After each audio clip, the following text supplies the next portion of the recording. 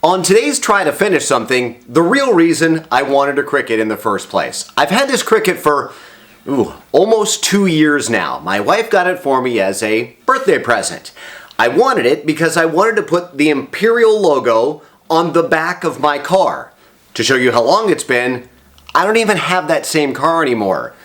I have a new car, but I still want the logo on it. And I don't want it over the top. I want it to be subtle, black on a tinted window, and kind of off-center so that it's not, I'm a geek with the geek flag. It's more a, hey, I'm a geek. That's what I'm going to do on today's Try to Finish Something.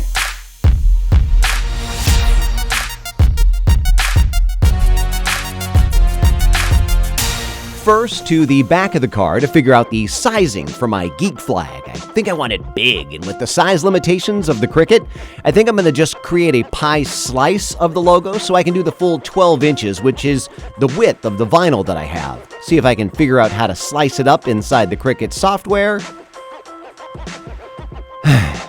Nope. You know, Jennifer Maker makes this look so easy on her YouTube channel. Open Photoshop and create my slice inside there, then bring it back into the Cricut to cut. It's going a bit rough, but I'm getting through it. Now, to weed the parts I don't want off of the cutting mat. And everything is ripping and tearing.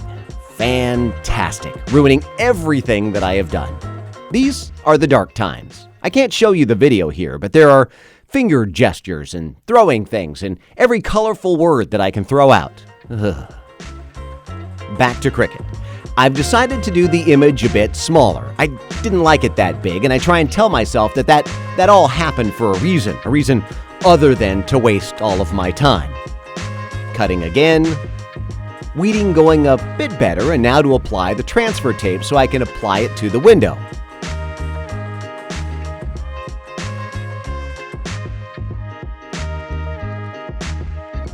Cut it out with a razor blade.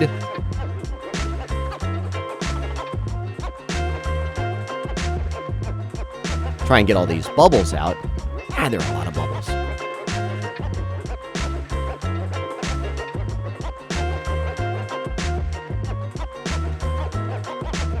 Okay, it's on and done. It's nowhere near perfect, but it looks, well, finished.